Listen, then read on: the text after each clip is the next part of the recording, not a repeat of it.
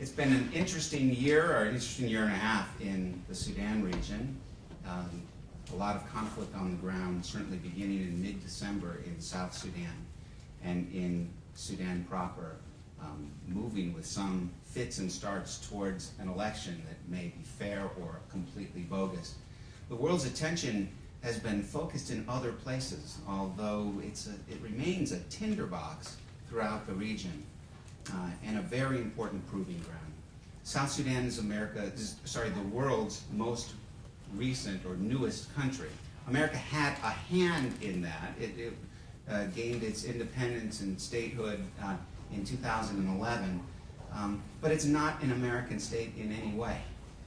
America had a hand in it, but somehow has stepped away from what looks like at times a debacle in South Sudan. And of course, the U.S. relationship with Sudan proper has been deeply problematic under the leadership of al-Bashir and the carnage in Darfur, and now the carnage along the border areas in South Kordofan, in Blue Nile, and the disputed regions in Abyei. It is a very difficult part of the world and a very important time for us to be paying attention to Sudan. Sudan and South Sudan, if we trust Transparency International, are among the most corrupt countries in the world. It's one of the, it is as if they are following each other, whether they're the third or the fourth most corrupt countries in the world. Is remarkable. It's a very difficult environment to grow a democracy. The people on this panel today are going to help us understand how that might take place. The panel is brought to you from the Carr Center for Human Rights and Policy at Harvard, and the Harvard African Committee of Study of Africa is also our co-sponsor. Our plan is to spend about an hour. I hope not much more than a half an hour up here with the panel, and one hopes with about a half an hour of questions and comments from you all. I'll introduce the panelists in the order in which they're sitting next to me, and then we will have you speak from the far end up to the front end. So immediately to my left is Deng Chol. Wonderful to have him at the Kennedy School. He's a student. We managed to steal Deng Chol away from World Bank. It wasn't easy. I was glad to have recruited him to the Kennedy School. It's a remarkable background, really a remarkable spokesperson, very thoughtful on behalf of the Lost Boys. He was a founder and vice president of the Lost Boys and Girls of Sudan, the national network here. He spent 13 years in a refugee camp in Ethiopia and in Kenya. He's been thriving in the United States, and again, I'm delighted we were able to get him away from the World Bank. Thank you. Next to Deng is Alex DeWall, a friend of the Kennedy School, but a much deeper friend now of Fletcher. We wish that we could get him back. He's the executive director of the World Peace Foundation, which is based at Tufts. Anyone who's worked in the area of Sudan certainly knows Alex DeWall's work. He's one of the foremost experts on Sudan and the Horn of Africa. He received his DPhil from Oxford in 1988 and has been working in Africa and on human rights since. He was the founder of two independent human rights organizations, Africa Rights, which he founded in 1993, and the Justice Africa, which was founded in 1999. He's been working with the African Union. He was seconded there beginning in 2005. He's also been listed as one of the most brave thinkers and public intellectuals by Atlantic Monthly. So it's a real pleasure to have Alex with us. Next to Alex is another very good friend of the Kennedy School and of Harvard. This is Omer Ismail. And Omer was also, for a while, a fellow at the Carr Center for Human Rights and Policy, and we were very fortunate to be able to lure him back to Harvard, where he's currently a Mason Fellow.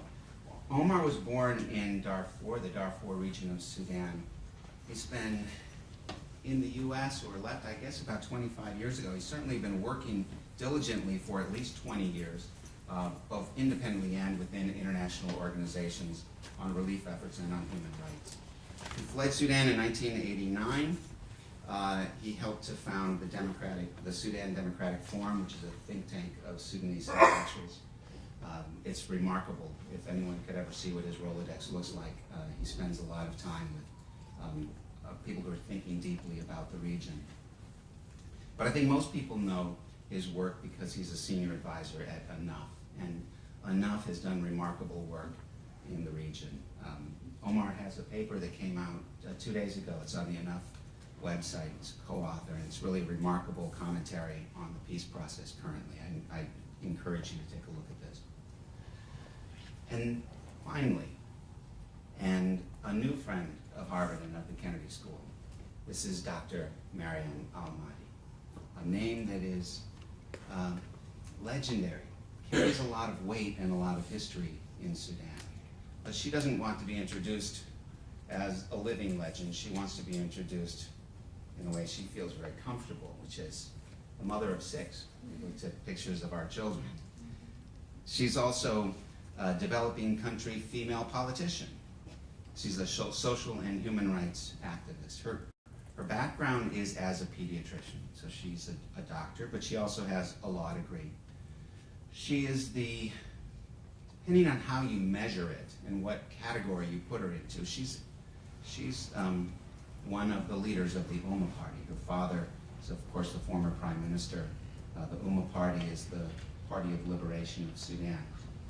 And she's been very active in trying to think about and articulate a future, not just for the Umma party, but for the greater Sudan region. It's a great pleasure to have you with us.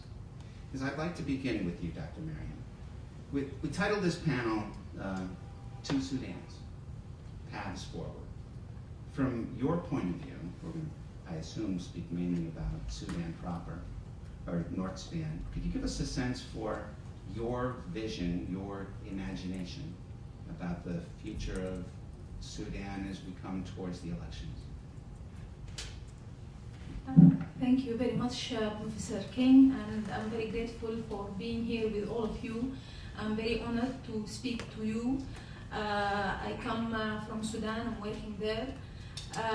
Actually, I think the future for Sudan as North and South, as well as for North, is bringing all the best. And I'm saying that because actually all our demons are now in the out. We have faced the brunt of war, of dictatorship, of corruption, of poverty, of everything, and that is because major problem regarding the instability in governance, because we didn't succeed to acknowledge and address our diversity. So now we all know we need to address our diversity, respect it, cherish it, and make serious commitment for its growth. And also that we are lacking the basics. The basics are freedom and justice. Because of omission during very short times of multi-partisan rule, democracy, that is of 11 years in 58 years since the independence in 1956, by omission or by commission, we did not address the issue of freedom, we did not address the issue of justice. Justice in terms of sharing of power, justice in terms of the sharing of wealth, in terms of the developments and so on. So now, and things now are to the maximum in terms of anger. Everybody is angry at the other. In terms of being from different gender, from different ethnicity, from different political party. At the same time, the extent of lack of trust between us mandated that the international community be a major party in the mediation, in our seeing each other or addressing each other. So acknowledging all this and all this being into the open, and admitting that there is total failure, not only politically, that one of the strongest ways to get into politics is by the language of arms, but also economically. Sudan, which has been the promised land for to be the food basket for the world and so on, is now lacking, is disrupted in its agriculture, and had not the Dutch disease, and this ended in the secession of the independence of the south of Sudan, and we ended with wars in both countries. So making that as this gloomy picture also makes us, we have to think about a new thing, that beyond violence, beyond rejecting each other, beyond accusing each other, and that's why that gives me a lot of hope for the future of Sudan as in large. And the diseases, the problems of Sudan, in northern Sudan and in southern Sudan, almost the same with different magnitudes.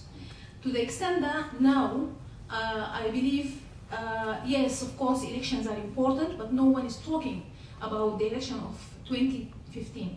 The elections of 2015, because we need to pave the way.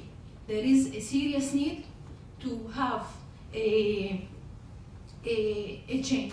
Now the change that we are all hoping for is different. We are working hard to have a unified meaning for this change. The change we aspire as Sudanese is a serious change, addressing the policies, addressing the structures, as well as the personnel, but also the attitude and the priorities. Dr. Mariam, I have a question on that, and I appreciate your candor. And the first question, I think, is one that people in the West are really quite curious about, because when we talk or we think about political parties and the movement towards the elections in 2015. So I have two questions. The first one is very personal, but it involves your party. And that is that many in the West have been confused to the extent that Umma is seen as an opposition party. Your brother is now a senior advisor to al-Bashir. Is that an indication of the future of the Umma party? Will it be an alliance with al-Bashir as you look towards the next elections? The second question, which is related, is I think most of the world expects that if there were an election in 2015, it would be as much of a fraud as the last election. What mechanisms need to be in place for there to be a transition towards an election that would be seen as legitimate in the streets in Khartoum? So those are two questions. What is really happening with the Umma party, and what in the world can you do to get legitimate elections if 2015 looks pretty squalid? Okay, yes, thank you. Actually, regarding the first question, it is, of course, I'm sure you know, Professor King, that this regime came a coup of a government that the head of our party, Mr. Al-Mahdi, was the elected prime minister, and that my party was having the plurality in the elected parliament at the time. And we are very much opposing the way of this government. All the way we have been actually in armed struggle against this regime when they rejected totally any talks. I myself was a combatant in our liberation army for 3 years. But regarding the position of Mr. Abdurrahman Al-Mahdi, my brother, it is absolutely his personal position. This is what he declared in the day on his appointment. This is what the party said. So this is absolutely personal regarding Mr. Abdurrahman. Umma party engaged in dialogue with the ruling party after the independence of South Sudan for 6 months. We declared that this government is not ready to make the change that we aspire for Sudan to rule itself in a way that is allowing the democratic transformation in Sudan. And this was basically what was our critique for the way Nevasha peace agreement was conducted. We said Nevasha peace agreement addressed the cessation of war and peace. It addressed the democratic transformation. It addressed the unity of Sudan. it actually ended by doing exactly the opposite to all its goals. And that is because democratic transformation was not given the due priority in all the way it was addressed, and actually the participation was absolutely monopolized by another way of sharing the power. So, no, we are not in alliance with the National Congress Party. The National Congress Party represents in its policies all the things Umma Party stands against in terms of dictatorship, in terms of oppression, in terms of the way they accessed the power, and the way they have polarized all the political scene, not only the political scene, but also the social and economic scene in Sudan. Regarding the elections of 2015, as you mentioned, if they are conducted the way things are taken, they will be just a repetition of a scenario that we already went through of 2010, which was serious, not only the forgery, but it also blocked the horizon of the Sudanese for any civic or any democratic outlet for change in Sudan. And the political parties, including Umma Party, worked a lot to restore the hope in election as a mechanism of democratic transformation in Sudan. That's why we will not at all be part of any election that takes place in the same, because it will not only mean the extension of a failed regime, but also it will mean the total devastation of Sudan, because there will be no hope for the Sudanese people unless by confrontation and more anger. We see the way forward. Yes, there is a need for fair and free elections. For fair and free elections, they have to be conducted by a government of transitional period. We agree on the length of that period. We already delineated the missions or the tasks to be done by such a government, basically to have to be the same distance from everybody. So this will automatically means freedom of expressions, basic freedoms, all of the basic freedoms, will ensure the basic freedoms. Also, it will ensure basic economic reforms, and as well as the most important is to settle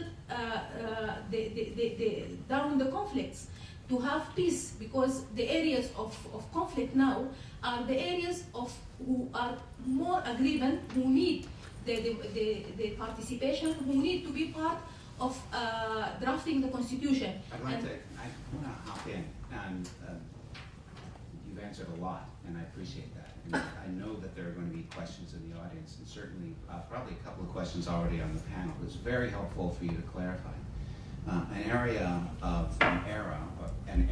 of great conflict, of course, is Darfur, which you, Omar, spent your life working on.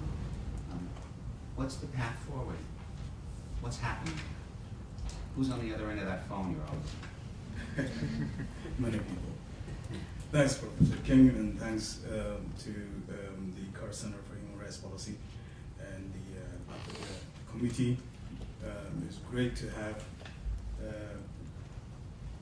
colleagues and friends here at the podium, people that I worked with for a long time. It's great to see Dr. Al-Mahdi here in Boston, and it's also gratifying to see many of my colleagues and friends in the audience. I will dive straight into it from the deep end. Not only Darfur and the problems of Darfur, but Sudan as such is imploding. Excuse me. And there are ways to avoid going down as the country that was. And these are mainly three things. The first one is that we all wake up one day in the morning without doing anything, and then we find that everything is okay. And that is a miracle in a time that is where miracles are in short supply. It's not going to happen. The second thing is either we fight and the country shrinks from its peripheries, and everybody is going towards the capital, and the last man standing will be that's taking the helm and then rebuild Sudan from there. Whether it's going to go back to the Sudan that we know or not, that is something that I cannot predict. And the third one is for this government to understand that they cannot continue like this for 25 years and counting. And they have to do something in terms of opening up, bringing in everybody, and there will be some serious national dialogue. The only way that is going to serve this country. We have a negotiated settlement that is going to save us from ourselves, actually. And so if we are looking at how that negotiated settlement is going to happen, we have tried the Darfur peace process and the East peace process and the peace process in the South, which we call the CPA, that at the end led to this secession of the South. We had the peace agreement of the North and East in every direction. We shopped for forums to talk to each other or not to talk to each other around the world. It is high time that we have to agree on a comprehensive solution, that there is a comprehensive settlement that would bring everybody on board, and we find solutions to these complicated problems: Darfur, the Nuba Mountains, South Kordofan, the North-South issues, which I'm going to touch on later. Alex and I were just a few weeks in Addis Ababa doing different things, but at the end of the day, these are all channeled to work into peace processes in Sudan, and I think he is, and he can speak for himself, advising the African Union High Implementation Panel that is entrusted with several of the parts of the peace process in Sudan. So I think we already have a body that is working, and I think whether we like it or not, there are good things and bad things about the panel, but it's a body that is available, and it gets the support of the African Union and beyond. So we can use that mechanism or that body to have a comprehensive settlement in Sudan. That starts with the AUHIP stopping the small forums that are handling those small issues like Darfur or the Nuba Mountains and South Kordofan, or what is called the two areas, or will it be like South Kordofan and the Blue Nile, and they're leaving Darfur behind. We've seen the impact of that from the negotiation of the CPA, that when Darfur is left because it was a small fire, in the words of one of the diplomats at the time, and that all the fire engines should be directed to extinguish the big fire. We forgot that by the time we do that, those small fires are going to be smoldering, and they're going to be maybe bigger than the original big fire itself. So we need to do that with the support of the United States and the Troika that actually worked before into bringing the CPA to existence. We can use that same to support the AUHIP and to work with this. The US can have more diplomatic effort, and this is the second element of this negotiated settlement. The US can have some international coalition of the willing, and that is this Troika, and push for a diplomatic surge, if you will, so that we can have a new envoy maybe for the North, because Ambassador Putz is there working on the North and the South. Before Ambassador Lehman worked for the North and the South issues. Before that, Natsios was working on Sudan itself, and the South did not succeed at the time. So our hands are full, and with the situation in the South today, it would be too much for Ambassador Putz and his office to handle this. Maybe they need another person working under him, or another new envoy for Sudan altogether to work on these issues. And the third thing, that the US Congress should work with the administration in trying to support the armed groups not to fight, but to transform themselves from a fighting force into political parties that are going to work. There are conditions, however, because if the environment is not conducive in Khartoum for these guys to abandon fighting and to come in, and there is serious, genuine, and transparent process that are going to bring them and make them part of an inclusive transformation, that is not going to happen. So the US Congress with the administration should allow for some funding or process to do that transformation. And my last point would be this diplomatic effort should be a kind of a toolbox with mixed tools in it. There will be carrots and sticks, and the US knows a lot about carrots and sticks, and the sanction regime that is already there. There are multiple sanctions on Sudan, especially from the United States, and there are also other international sanctions. The sanction regime should be intelligent enough to be smart sanctions that are going to work in tandem with other measures to make it possible for the U.S. to help in bringing in the country to open up and for that dialogue to happen. Omar, I'm gonna hold you off at this moment because I want to move on to Alex. Certainly. And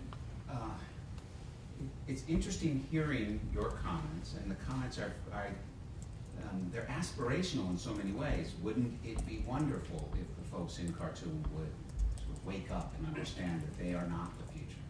It's not clear that they want to wake up and see that. It's certainly not clear that the U.S. Congress is ready to engage in any kind of active way in party building in the region. It's hard enough to get Washington's attention when there is a fire, and now there are multiple fires. So Alex, you're much more of a realist. I think you see things, you cut to the chase sometimes, and I'm wondering, what is your realistic assessment of Sudan, and where are they headed? Can I talk about South Sudan for 3 minutes first, and then Sudan? Because South Sudan is, in some ways, an exaggerated version of the problem that Sudan faces. So it has unfortunately inherited many of the malaises of Sudanese governments, or Sudanese peripheral governments, and somewhat exaggerated them. There's a concept in the Sudanese political vernacular, which is the political budget. And the political budget is the amount of money that the ruler has in his pocket that he can give out to bribe. Doesn't have to account for it. And the political budget, the health of the political budget is the health of the political system, because it is not an institutionalized political system. It's one that basically works on fraud. It's a kleptocracy, north and south. And if you look at the South Sudan, it has a very simple production function in there. There are basically two graphs that explain South Sudan. The first is the SPLA, the size of the SPLA payroll. The SPLA at the end of the war, 2004, 2005, 35 to 40,000 men in arms. Just, Alex, remind everyone what SPLA stands for. Sudan People's Liberation Army, the army that was recognized as the representative of the South Sudanese people. 35 to 40,000 people in men, almost all, under arms, 2004. By the time of independence, about 300,000. So during peace, it expanded, not quite tenfold, the payroll. The real numbers didn't expand quite that number. Now, the reason for that was that the president of South Sudan recognized, number one, he needed to bring in all the other armed groups that were a threat into the SPLA. It was a payroll piece, if you like. Bring them all in. He doubled the salaries in 2006. He doubled them again in 2011. That meant that the northern Sudanese, President Bashir, who of course was a unionist, he did not want to see the South go, but he could not afford to rent South Sudanese militia to fight against the SPLA. It was simply too expensive. So what President of South Sudan, Salva Kiir, and his group had done was, by putting all these people on the payroll, doubling their salaries, doubling them again, he had made it too expensive for the old strategy, what the South Sudanese used to call jalaba politics, of renting militia here and there. He couldn't do it. And so Bashir had to say, okay, I give up, I'm going to go and dance with you guys. Not because he had goodwill, but because his hand was forced. The other graph, so you have a graph going up like that. Numbers and expense. Basically what South Sudan did during 2005 to independence was one thing. It turned oil revenue into military payroll. And when that oil revenue began to go down, 2009, they began to run into problems. And when they shut off the oil revenue, 2012, in their dispute with the North, they ran into even more problems. And the money was simply not enough to maintain the system. So that, basically my hypothesis is that the political budget was not enough to maintain that system. And that's the reason why we have the crisis today. So the cake is not expanding. All those agreements, CPA, Juba Agreement, all these things that were made with an expanding cake. Now we have a shrinking cake. And so the type of agreement that is on the table in Addis Ababa with the IGAD mediation, the Northeast African countries mediation, the premise is the cake is either as big or bigger. That is a false premise. The cake is shrinking. And so there has to be a more radical reform. It's not on the table. Now if you move to northern Sudan, it is basically the same system but managed in a cleverer way. The President Bashir and his people have got more experience at managing this system, and frankly, they're a bit better at it, they're less clumsy. And that system is running into crisis, and they know it, and so they are desperately looking for a way to save their own skins. And so they want to have some sort of reform because they recognize the consequences otherwise. Now it's interesting, 29 years ago this week, the then President, Jaffar Nimeri, faced exactly the same problem. His political budget was running out. He was relying on aid from the United States. No questions asked to keep those wheels turning. And the United States was getting fed up with the amounts that were being required on a week-to-week basis. And finally, Nimeri flew to Washington and met with Ronald Reagan on the 1st of April, 1985, and got $65 million in hand, which he thought was going to be enough just to keep things ticking over for another few weeks. But on his way back, the National Alliance for National Salvation, the trade unionists, were sufficiently organized. 29 years ago today, they organized a dead city gang. This Arab Spring, when Ben Ali was overthrown, the Tunisians were saying, first ever Arab dictator to be overthrown by a popular uprising. Not so, it was the third. The Sudanese did it twice before. And once was 29 years ago this week, and they did it with utmost organization, discipline, including in order to stop a violent clash with the government supporters. When the then single party, the Sudan Socialist Union, was going to have a demonstration, the National Alliance said, okay, we don't want to fight you, we don't have a pretext for a military crackdown, everyone stay at home. And so these paltry few SSC supporters with their banners came out on the streets and it was a pretty pathetic show. Next day, even bigger demonstrations, and the army said, okay, we fight. Now, is that organization there today? I fear it isn't. It's sad that the effect of more than 20 years of this mercenarized political system has meant that it's no longer there. The repression in the early days, the mercenarization. And so unfortunately, the Sudanese opposition needs to live with what one of my correspondents called the ugly election. If you look at the 2010 election, very striking thing is, someone should have done this scientifically, the uglier the candidate, the more likely they were to be elected. Doesn't happen in the United States. Now the reason is this, is that President Bashir is famously ugly. He is really not a nice person to look at. By face. He's very humorous. He's very amusing, but he's ugly. Okay. So all the election posters, if you are standing with the National Congress, you do not want to look more attractive than the president.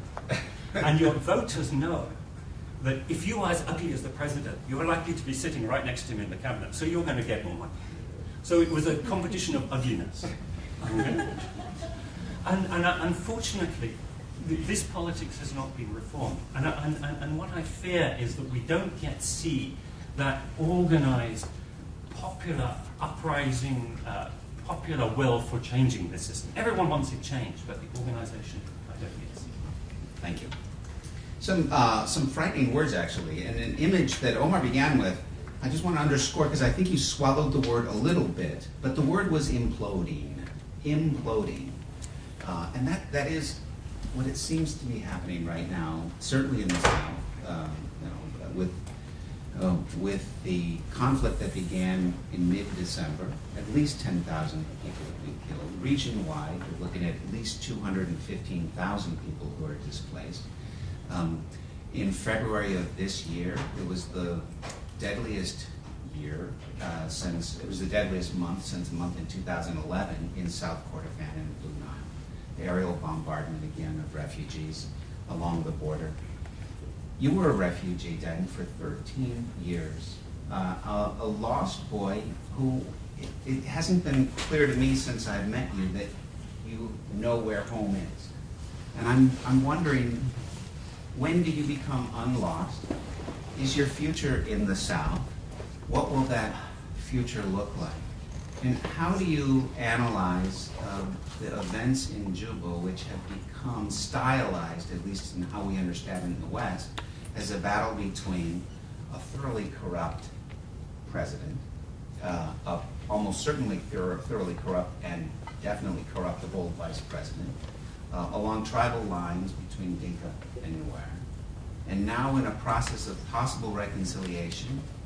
Can you or the West trust the two people who got us into this trouble, or you into this trouble?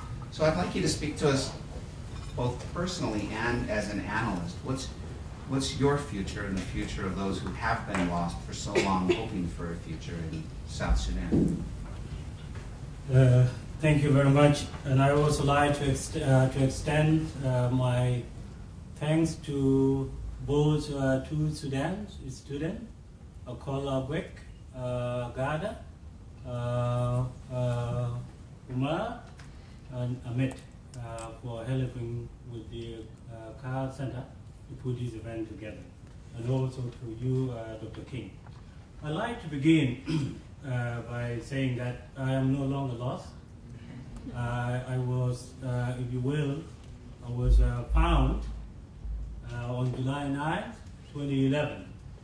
And I happen to have been in South Sudan when we exercised that freedom and the referendum. We were 99%. And it is that referendum that has given us a space on the map called South Sudan. And so in respect to what is happening today and the future, I'd like to just give a little context here. That South Sudan was a creation of CPA, Comprehensive Peace Agreement.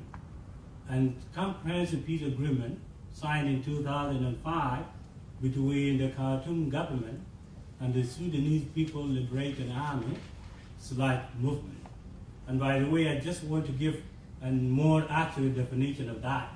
It was in 1983 when that revolutionary movement, with the political wing, the SPLM, and the military wing, the SPLA, was founded by the people of South Sudan.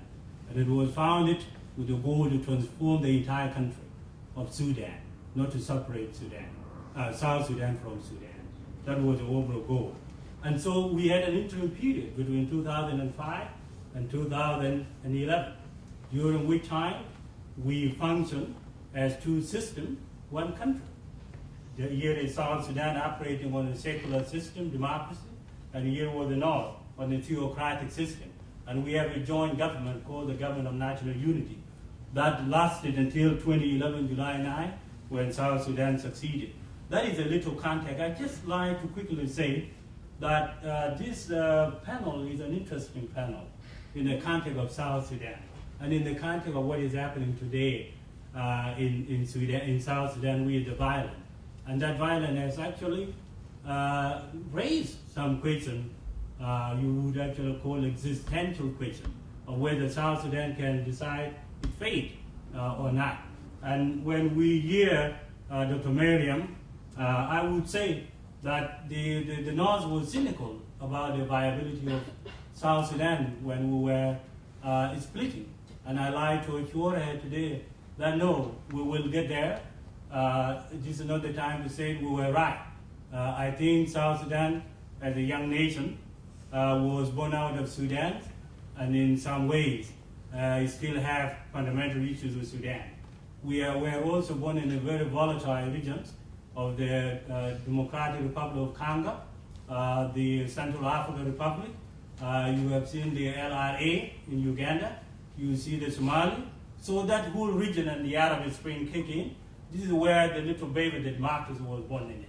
And so by inherent, we tend to also bear responsibility on that. When I look at Umar here, therefore I do not like to see Umar or therefore questioning the past of what we went through, autonomy and independence. I would like to urge that therefore to continue to fight for the right. This road we will get at the end of the tunnel. When I look at elected Waal as an expert, as well as someone who was in some way pessimistic about the viability of South Sudan, and in context of the U.S. as a country, one of the countries that midwife this young democracy, I like to assure them that we as South Sudanese had gone through three major challenges, and I think we came through them. The first challenges were in 2005, when we lost the leader and the founder of the Sudanese People Liberation Army movement, and he had led the movement for 20 years. So when he passed away in helicopter crash, the world did not know whether we would coexist and come together, and we managed to thrive through that. The next thing was an election for the first time in the history of the universe among the South Sudanese. And we did that election with maturity. We passed through it. And then the last one, which I thought we succeeded, was the referendum. Was exercised fairly, in a mature way, and we succeeded. So I tend to think that the violence we have today is something that we are facing as a young democracy. Like many other countries that may have run into some difficulties and challenges that question their existence. And I believe that we will come through them. Now, with respect to the Dinka and the Nuer, I know this violence has been given a characteristic of a dichotomy of Dinka and Nuer violence. I'd like to give you my take on this. The take on this is not actually, I would disagree respectfully with Professor Alec, who defined this as issue of political budget. I think Salva Kiir had succeeded very well in ensuring that the South remained as a viable state by ensuring that the malicious group were part of the South at the time, so that we had a referendum. And I think that succeeded in a big part. Because if we had not taken that path, you can call it appeasement. But if we had not taken that path, we know that those militias would have gone to Khartoum, and the success of the referendum would not have been seen today. So I would like to call it it is an issue. What we are facing today is an issue of a ruling class. Few elites among the ruling class have decided, after 8 years, the former vice president, Riek Machar, was with the president Salva Kiir from 2005 to 2003. That is the 8 years period of time. So all the policies that were carried out at the time, including the reintegration of the former military, also those that were fighting along Khartoum government during our struggle into the SPLA. All of that were happening during the time both the president and the former vice president were together. And so what have we seen happening here is that when vice president got fired out of the cabinet, he quickly went to the grassroots and tribalized the power. And so this is an issue of a ruling class that when they got out of this circle, the ruling circle, then they decided to go to the village and rally. And I think it is an issue that starts from the top to the bottom, rather than a bottom to the top. So this is not in any way an uprising by a society. This is not an uprising by one tribe. This is an issue that originated from Khartoum. I am optimistic that while, of course, very devastated, the number of casualties we have, including my own relatives and people displaced all over the world, my goal is to see that both the parties, the SPLM in opposition and the government, recognize that none of them will win this war, especially by the battle of guns. They have to come to the table to negotiate. And it has to be a political resolution to this. And in order to save the life of innocent on both sides that are now fighting this war, a war that they do not understand, a war that originates from the ruling party, that are from the ruling clique, that have been in many ways mishandling the public oil revenues and made the opportunity cost for rebellion so cheap, such that when a politician goes to the grassroots and the grassroots do not see any development at the present, then they are quickly going to rebel. And it is because, and this policy again, both of the former vice president and the president, if they had invested in the public sector, in the merit goods, basic education, for example, roads, clinics, hospital, and all of that, this rebellion would have been very, very expensive. And I think the grassroots would have questioned Riek Machar about his motive of rebellions again in the system. And I think this is the issue that we ought to address. I just want to weigh in quickly by saying that a proposal of an interim government is on table. And I encourage that an interim government is formed, but it is formed with the President of South Sudan as the President of South Sudan and President of that interim period. He wasn't elected by the public, and he deserved to remain as the President in that interim. And I ask the opposition to stop actually asking some unreasonable conditions imposed on this, because those unreasonable conditions will continue to escalate the war. And what I am seeing, especially with the opposition rebels, is that young people, and this is what is devastating me as a young man who left the country at the hand of Khartoum government, to see today that there are young men at the age of 14 and 15 in the rebel side. The future of this country is being wasted in our eyes. I like to see this war ended soon. Thank you. Thank you. Fascinating and very diverse sets of comments, and we've covered a lot of ground, I think, in a fairly quick amount of time. Instead of going back to everyone on the panel to respond as they would like to the things that have been raised, I'd like us to turn to you in the audience. We are losing our MPP students because they're going to go learn about what their spring exercise is, so good luck to all of the MPPs. I'd also like to welcome the students who've been admitted and are here, some today, most of you will be here tomorrow. Highlight for you that this is a fairly typical day at the Kennedy School of Government. There are 15 public events today with speakers, 15. This is just one of them. There'll be a forum event later tonight. But immediately following this event, I'd like you all to think about, and you certainly are all invited, to hear from Lauren Craner, who was the president of the International Republican Institute, who was also the Assistant Secretary of State for Democracy, Human Rights, and Labor in the George W. Bush administration. As if that's not enough, there's dinner served. So you can have your fill here, you can have your fill in the Perkins room, which is right next door in the next building, the Perkins room. So if you could hear from him from 5:30 to 7 o'clock. the walk west, it's right over there, so you'll have to go down the Yeah. floor, over, and then you can see That's it right. from here. I'd also like to thank, who's not here with us, but it really began my interest in Sudan, and specifically in South Sudan, Kim McCarty. And unfortunately, Kim's not here today, but I hope she will see us on the web when this is available. It's interesting that that we've had several comments about the importance of having an interim government. An interim government in the north, and it's not clear at all why they would be incentivized to have one. An interim government in the south, it's not clear at all why they would be incentivized to have one. We have to operate on faith in a way that it would actually happen. It's close to imploding, and yet there is hope. You can't meet people like those of us, those on the panel. You can't meet the wonderful people from Sudan and not know that there's a great deal of hope. Cynicism, yes. Lack of trust, yes. Dr. Mariam talks about reactivity as opposed to planning. There's a lot of reactivity, but there's a tremendous amount of beauty and deep culture, and one hopes that there won't be an implosion. I know that you're here because you also care about Sudan. If you have a question, please make the question brief. Find your way first to one of the microphones on the side so that we can capture who you are.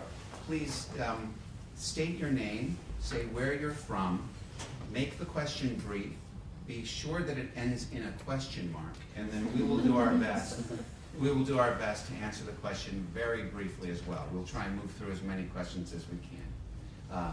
Chol. Thank you so much, Professor King and the members on the panel for sharing with us very important ideas. But I think that we learned a lot tonight.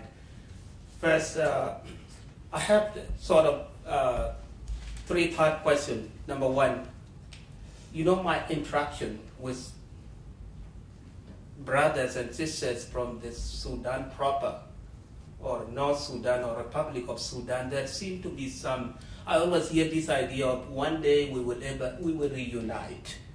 And it's a hope that every person I interact with is what I'm told.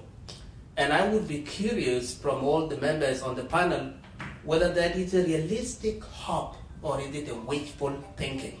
Chol, let's leave it at that specific question, but I'd like you to answer very briefly, and let's begin with Dr. Mariam. Well, I think it's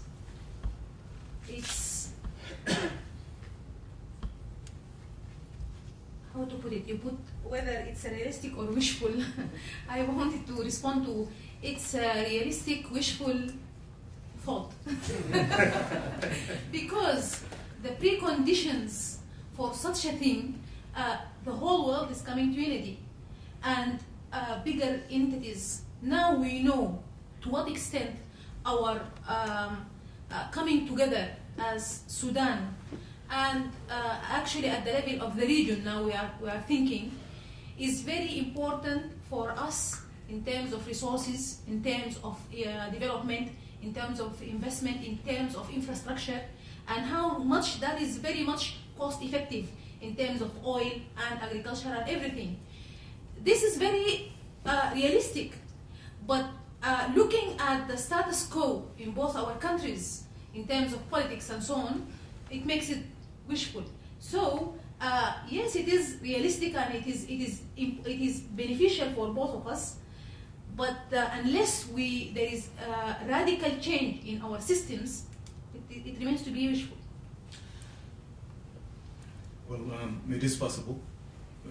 Looking at history, Europe was 300 years ago a 300-year entities. Sudan itself was how many kingdoms before they got together January 1st of 1956 and became 1 million square miles. That is one country. So there is something there that has been in history that could be repeated. However, we have to work for it to happen anytime in the future. I'm assuming, Professor Lex, you are not going to answer that. I tend to think it takes leadership. And as you know very well, the North had tremendous and fundamental problems. As soon as we left, the North continued to bleed. And the bleeding is in form of Darfur, it is in form of Blue Nile, it is in form of southern Kordofan and Nuba Mountain. And it is very, very difficult to foresee right now in terms of time horizon when that could be something that we can see happening. But we got so close shortly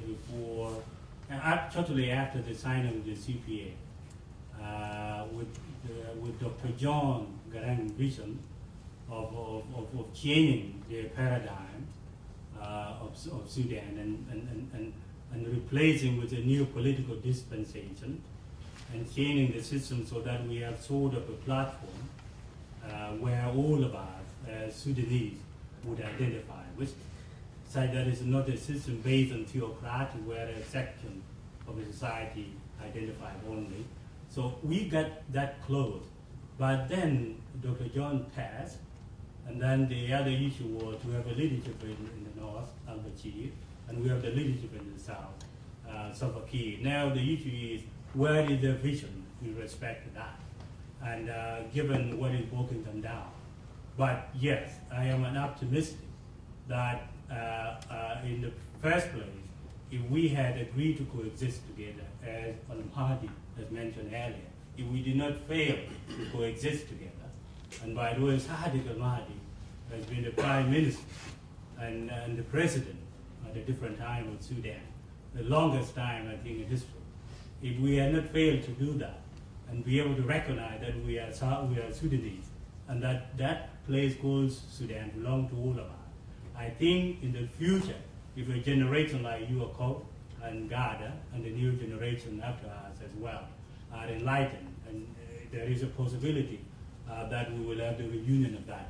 But that possibility will have to come when we have stopped death and have to stop all the killing that is happening, I guess, now in the south as well, but also, of course, in the north and Darfur. Thank you, Deng.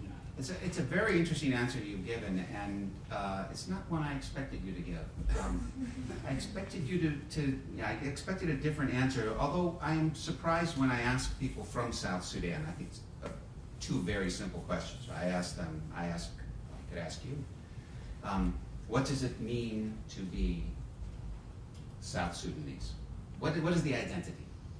And people from South Sudan, for the most part, still distinguish themselves as not from the north, right? That's not quite cohesive as a sense of national identity. And then, when were you most proud to be South Sudanese? And the answer, of course, is independence. But there's not a sense of cohesion and identity. There's still a yearning about the greater Sudan region, and maybe there's hope in that, especially for the next generation. Next question. Again, introduce yourself, tell us where you're from, and then we'll try and answer even much more crisply. Thank you, Nicole. I wanted to get one first, I didn't want I'm Safar Dawkins from Conflict Dynamics International, and I have just a brief question, which is a request for the panelists to comment very briefly on what the current crisis means for Sudan-South Sudan relations. And arguably, in the midst of mutual implosion, the countries have gone on a somewhat friendly attack than perhaps they did 6 months ago. Yeah. And so if you could comment on that, and also on the realistic practical prospects of implementing the September 2012 agreements, given what has happened. Thank you. I don't have a quick answer to that. So I would just observe that we have Salva Kiir again visiting with al-Bashir soon, and there's a way in which it feels like two drowning men holding on to each other. But I don't know how deep the water is. Very deep. Very deep. Dr. Mariam? Yes, actually, thank you very much from Conflict Dynamics. We have got a lot from the political accommodation strategy that you have introduced to us back home in Sudan. And I believe the impact, of course, is horrendous of the conflict in the south over the north. And it is in both ways, sometimes positive and sometimes negative, at least from perspective of the opposition, because the bad, not only of course the conflict itself and the human loss and so on, but actually it is working at least like a straw of the government, our failing government, to introduce itself as for peace, and it's having some access to some regional allies like Uganda, for example, all that. But at the same time, it is strangulating, and also at the same time giving less grounds for the armed struggle in terms of the SRF and different in having access from the south and all support from the south. The other aspect is the economic strangulation it's getting, because the agreement was like a way of a small pipe, yes, straw for the government of Northern Sudan to breathe, and this is now getting into a halt. Now, of course, I don't want to get very much into international politics, but the Qataris are coming in to salvage a government that is very much pro them, and in terms of the international brotherhood and what they are having, within the Gulf and so on. It is really our internal politics is That's very right. much getting into regional and sub-regional That's right, politics. and you know, from where I sit, there's you know, there are outside parties interested in maintaining a certain level of instability, and then other parties who want a stable negotiating partner. But Alex, I'm interested in your sense for, and we want to get to the next question, but what's your sense for the dynamics? Well, the simple answer is actually the relations were much improved before the conflict, and for basic financial reasons, and that President Bashir did not want this conflict because he wanted the system that had been established under Salva Kiir to persist. In fact, I think it was Pagan Amom said we used to have one country, two systems. Now we have two countries, one system, and so the default option is for cooperation. But as has been hinted, the regional environment is incredibly complicated and very, very unstable at the moment. With the Egyptian confrontation with Ethiopia, with the antagonism between Khartoum and Kampala, who are both on the same side within South Sudan but don't trust each other. And the Eritreans fishing in troubled waters as usual. The Saudis becoming hostile to Sudan because of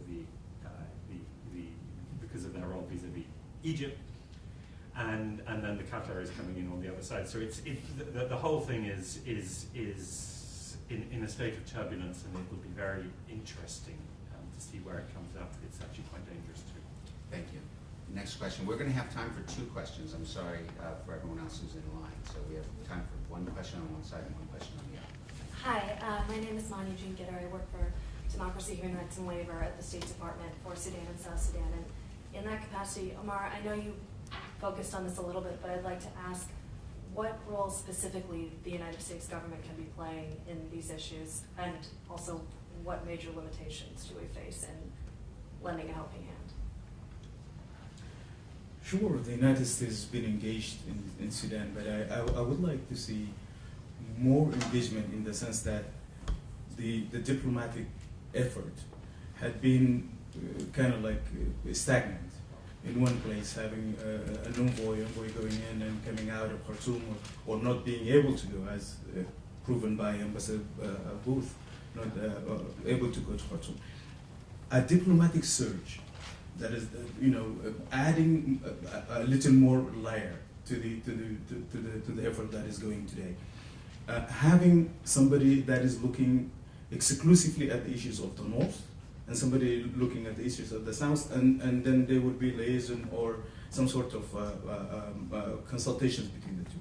And the third part of this diplomatic surge would be having a support office or staff that is going to work day in and day out on these issues, because the office of the special envoy, there are like 3 or 4 people, you know this better than I, and the engagement with these very complicated files and dossiers that are pertaining to the issues of the two countries, and including the AUHIP and all the other surrounding issues.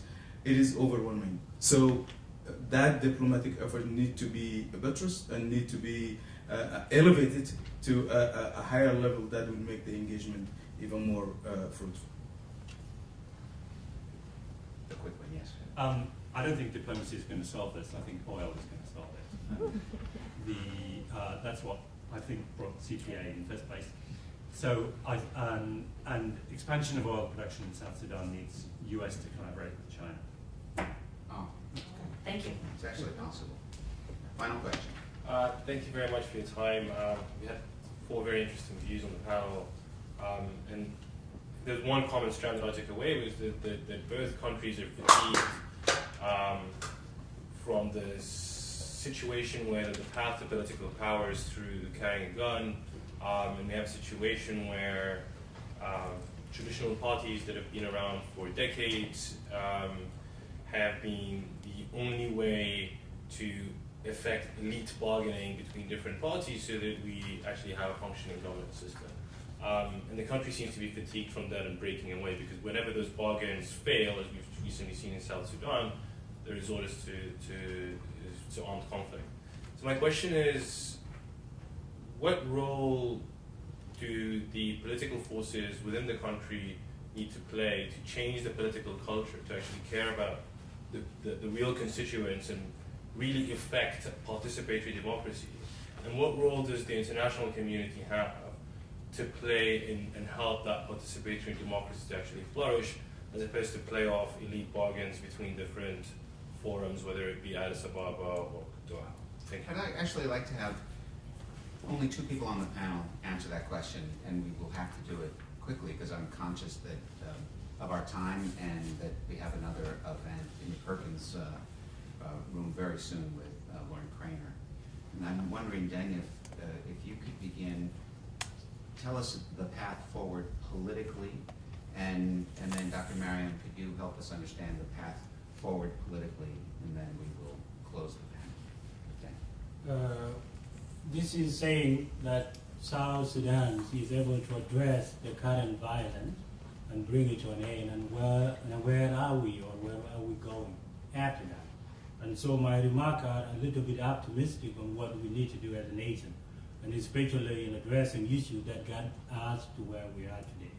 One of the things that I think the political forces and the civil society need to address here is an issue of the wounds. There were wounds created, or rifts created during the struggle for liberation.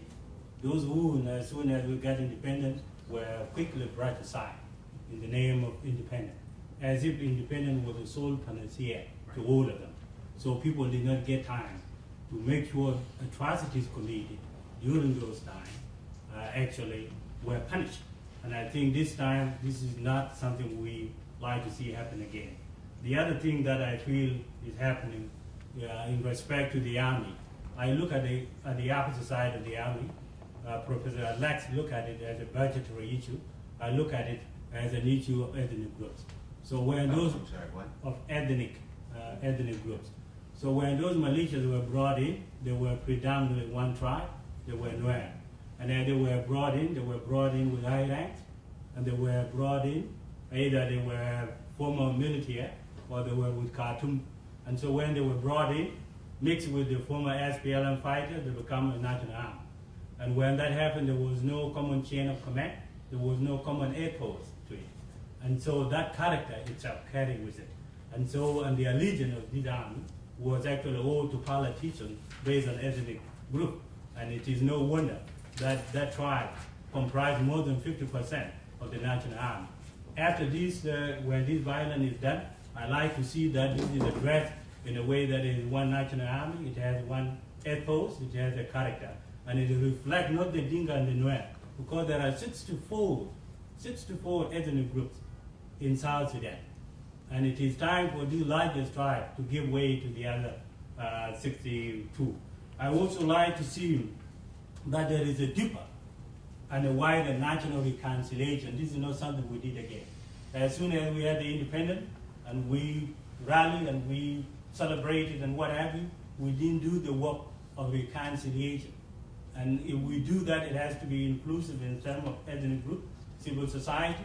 It also has to be inclusive in terms of political parties, and we'll also have to have resources allocated to it, so that is something we do with enough capacity. There is also an issue here which is very important: the lifestyles and the behaviors of some politicians in Juba. And I think this is where I agree with Professor Lex in terms of attitude, reminiscent of the Khartoum attitude. So individuals become rich over time, and we have to find a way now about this oil. What is the custodian or custodianship of this oil? Do we put it in the hands of politicians, or do we ensure that it is in the hands of a society in a way that we either have revenues, invested in public goods, or we have accountability and transparency, something that we didn't have, and it is an issue that we don't want to replicate after the violence is resolved. The last thing I just want to add is a message to Salva Kiir on this. Salva Kiir has the opportunity, as the president of South Sudan, to continue to show his political will to bring this violence to an end. And I like to appeal to him and his group that the battle of the gun is not a solution to it. And also want to say to the former vice president, to his staff, using little children as tool to bring about democracy he's talking about. If these political figures understood the magnitude of what this means, because this war has a potential of becoming a regional war. It has a potential of killing much more thousand people, and it is imperative that we bring it to an end. Thank you. Thank you. There's a lot of hope in that, but there's also this tenuous moment when a country in transition, moving out of a history of violence and war towards a history of stable government, one needs a leader to step aside. And we're having this conversation in front of a wall of presidents, including, of course, George Washington, who was a great military figure, could have become a dictator and stepped aside. More recently, of course, Nelson Mandela, great leader, could have stayed on forever, stepped aside. At some point, Salva Kiir and his army needs to step aside. Let's think about the North, because I'd like to end on a more personal comment. This was more theoretical, but I'm interested in your future. What is your future in the Umma Party? How do you bring the next generation together, integrated, and what's your path forward? Yes, actually, it's a two-fold question regarding the first, what political parties, including my party, are doing or should be doing. I think basically political parties of Sudan has been doing a lot across anger and lack of trust, and this is important. We already delineated the agenda that we need to agree upon or discuss to have a consensus or to carry it further to the coming elections. This is important. It has been carrying different names by different groups. The next step from here, how to unify this amongst different political parties. So we have the democratic alternative, we have the reconstruction of the Sudanese state, we have the new dawn, we have the presentation of the new dialogue called for by the NCP. All these, they have a lot of similarities. We need to unify that. The next thing also that has already been done, that the need is for everybody to be there. There must be a national dialogue, conference for dialogue. Now, the next step is to go more practical. Who are these people? Right. And what are the mechanisms? What are the times? How to make guarantees or to ensure that these things take place? In the meantime, how to make independent or more neutral, more neutral bodies to ensure the freedom and the space for everybody.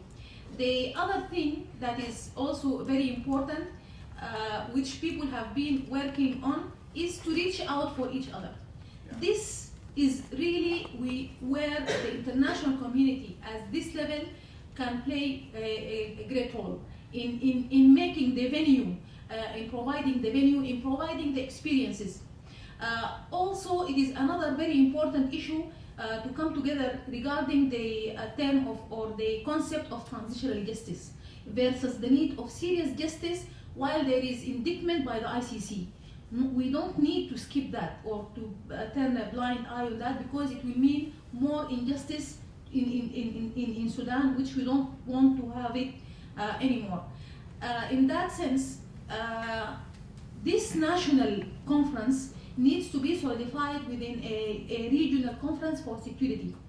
At the same time, to conclude for your question, we need to agree upon ourselves as Sudanese what we need from the international community. We as Umma Party, we believe the role of the international community is important. First of all, to understand, because we need their presence. They have been major stakeholders in the political arena in Sudan and guarantees. So what to understand what as Sudanese we aspire for this change and the depth of the change, because before then, any let going or any reconciliation with the human rights atrocities, with the human rights abuse, will be viewed as something against the interest of Sudan, like what happened 2 years ago in the Human Rights Council. This was a real blow for the international community integrity.